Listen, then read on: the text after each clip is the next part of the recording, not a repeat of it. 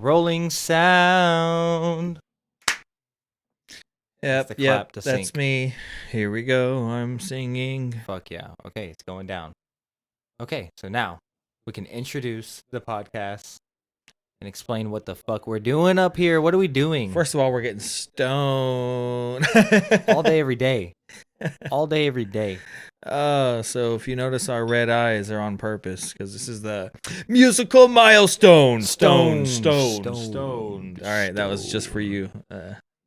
Is that I don't know if that's in stereo or not, but from the looks of it is not. But you guys can enjoy our voices regardless. I guess I will introduce. So what the podcast is. Oh wait, here's our entrance song. Okay, here we go.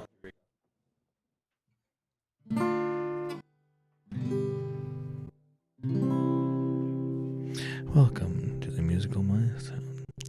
We are not officially on NPR, but if we feel like if we talk like this long enough, that they might pick us up. So we're gonna do the whole podcast like this, but we're really not because we're gonna talk in our regular voices, and you don't want me to do this staring like this the whole time if I'm doing a YouTube edition of it as well. Fuck it, we're gonna see how that goes. Okay, let's see how it goes. So what are we doing? What is the The podcast is we're gonna go through random albums that I choose and b-nign here chooses, and we're gonna go through. I'm high, dude. I see that.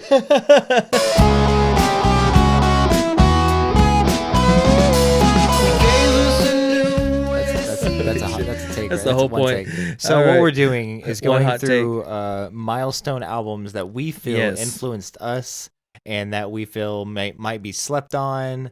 It's just different albums that we really hold dear to us, and we're gonna oh god damn it, we're gonna kind of break them down, and we're gonna explain the history of the album, what went into the recording, the era, the year, the top. What people were listening to around there. And we're going to talk about the album. We're going to break it down track by track. And we're just going to talk about how it influenced us. And what we like personally. And on YouTube, comment below what you personally like about the album. Because I'm going to probably just put the titles of this, what the album is. Right. And then I'm going to put the podcast logo. You'll see. And then we'll make it pop up right here. Hey, look at that. The album. Oh, my goodness. Look at that. That's sexy. Magic. Anyway, so Rain Dogs is today's official album from artist Tom Waits, one of my personal favorites of all time. I'll Be Jamie. The album was released in 1985. Yes, it's a good Jamie impression. In 1985, this album came out 4 years apparently after Phil Collins' famous "In the Air Tonight," which changed music. Production, writing, the way drums sound, everything. It was one of the revolutionary albums of the 80s. Who had a good video? Was it Sideways or something? Who had a really good video? A lot of people do. I just watched one by Warren Hubert on Produce Like a Pro, and he has a great video on it where he does series about different songs, but he has a good one on it. Some good songs about gated reverb and what that is. Hello? Oh, am I cut out for a second? What gated reverb is? It's all right. It looks like we're still recording, but it's what changed drums and what you think of as the 80s sound to the layman. And anyway, so we're gonna go into the number Tom one Waits. Why that's relevant is because the number one song or the number one album during this Tom Waits album that we're talking about today in 1985 was No Jacket Required by Phil Collins. It was his follow-up to Face Value, which is the song or the album in question about changing the 80s and how people produce music. Now, honestly, I didn't hear any of that in this album that we're about to listen to. There is definitely some 80s influence, but I don't hear much definitely of the overused stuff in that era. So. In fact, for the Rod Stewart fans, he covered a song from this album, and it became very popular as a Rod Stewart song. You might recognize it if you go and listen to it, or if you just see the name, or we're going to talk about it either way. So Tom Waits, what's up? Oh no, I was just gonna get a little more history. I was letting you finish. Taylor. I was like, I'll let you finish. Anyway. Tom Waits Yeah. is been around since like I think 70 something is when his first album came out. But he came out, it was like he's a lot more blues, just kind of like regular just what normally would be made as me. I don't know. You just go look at it. But anyway, so we're gonna go into blues stuff. He started doing a lot of blues. Yeah. Songs, mainly guitar influenced. 70s kind of stuff that was like folky in a way, like Bob Dylan, but rock, not too like electric. Not Bob Dylan. It wasn't really Elvis-y. It's more, bluesy. If you know Tom Waits, you definitely would know the Tom Waits. There's a lot of Spanish influences in earlier stuff too, actually, especially Blue Valentine. Swordfish Trombone is the first one, what they call his trilogy of Swordfish Trombones. The album we're talking about, Rain Dogs, and the next album after Rain Dogs, which was Frank's Wild Years, which it was really tough to choose between that one and this one. But I went with Rain Dogs because, well, we're gonna get into it anyway. But Tom Waits, just a brief history. He did have I think his dad, quote me if I'm wrong, just tell me I'm a shithead in the comments. His dad was like a Spanish piano teacher, and he spent a lot of his time in Mexico. Definitely grew up in California, but that's one thing I like. I love the rumba kind of reggaeton kind of Latin style that he infuses with his music a lot. Very percussive. Percussive. Oh yeah, we talked about that during this. We were listening to this album right before we started this. This album in particular. You hear a lot of that influence of his growing up, and the Spanish influence definitely with a whole shitload of percussion right off the bat with the first song. But I'm just gonna read a little bit of the Wikipedia here. He wrote the majority of the album in a 2-month stint in the fall of '84 in a basement room at the corner of Washington and Horatio Streets in Manhattan. It was kind of a rough area, he said, Lower Manhattan between Canal and 14th Street. Just a block from the river. It was a good place for me to work. Very quiet, except for the water coming through the pipes every now and then. Sort of like being in a vault, which kind of is a vaulty kind of feel to it. Sounds like a good concoction or a good environment to concoct a great record. Right. I think it was on purpose because it goes on to say, in preparation for the album, he recorded street sounds and other ambient noises on a cassette recorder to get the sound of the city that would become the album's subject matter. That's another thing I loved about Tom Waits is that got me into him originally is I heard that he was banging wrenches against hubcaps to get certain sounds for albums and stuff like that. So I was like, okay, sign me up. Oh yeah, here this goes on to say something like that. A wide range of instruments was employed. He does a lot of shit like that. Let me just skip. Okay, so the quote about discussing his mistrust of then fashionable studio techniques. He said, if I want a sound, I usually feel better if I've chased it and killed it, skinned it, and cooked it. Most things you can get with a button nowadays. So if I was trying for a certain drum sound, my engineer would say, oh, for Christ's sake, why are we wasting our time? Let's just hit this little cup with a stick here, sample something, take a drum from another record, and make it bigger in the mix. And don't worry about it. And I'd say, no, I'd rather go to the bathroom and hit the door with a piece of 2x4 really hard.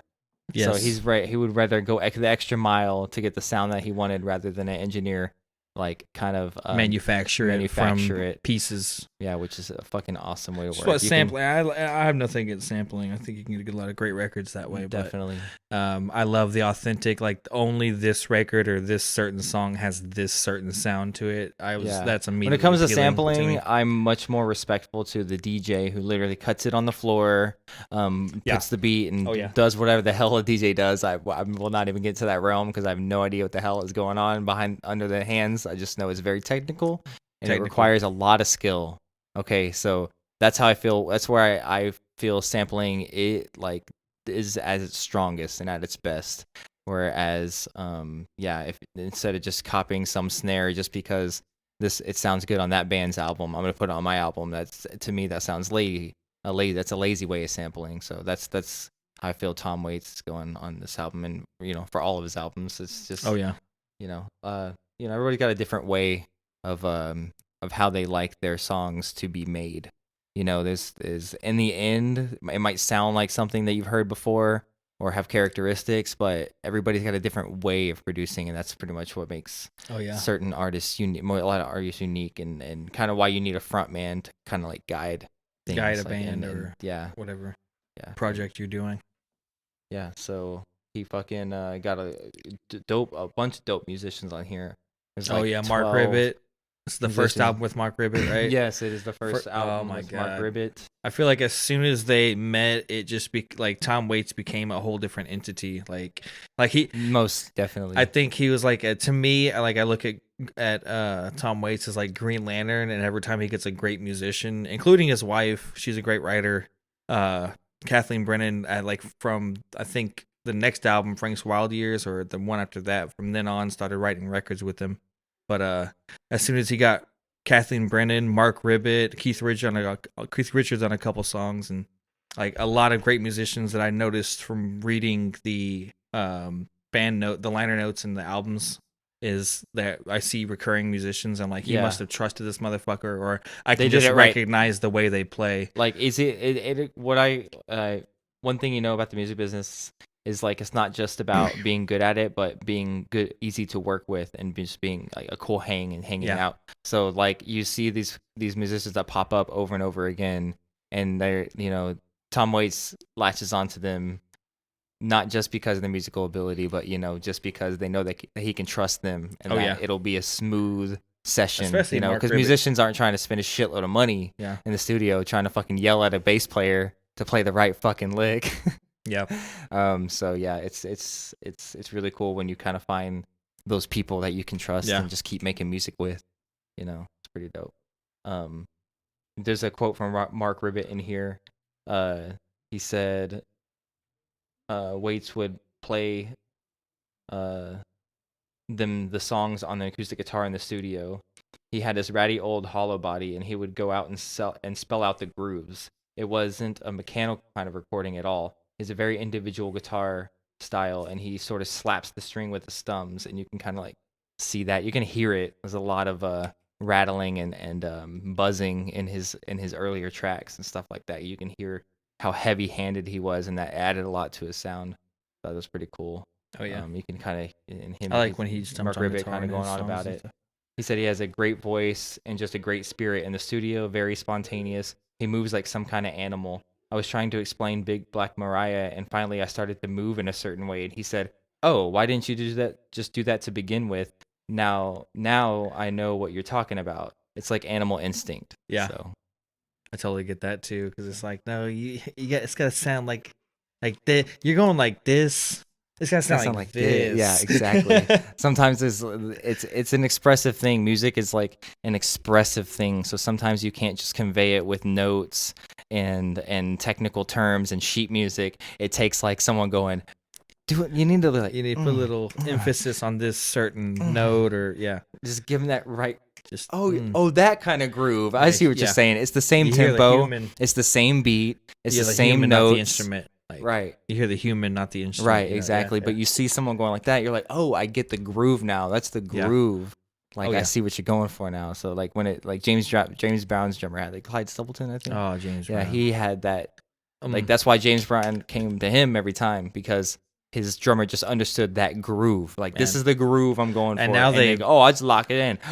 And now when people want that type of drum, especially the faster paced James Brown songs, especially with the constant changes and just rhythm breaks and stuff like that, people replicate that with drum machines now, like, dude. And this guy was just there's something about a raw musician and a groove, like with a rhythm section, a good bass player and a good drummer that just know how to lock in that groove that will just propel a song, and it makes everyone else's job easy, easy as fuck. That's why I love jazz. Guitar player know exactly when to play, what to play.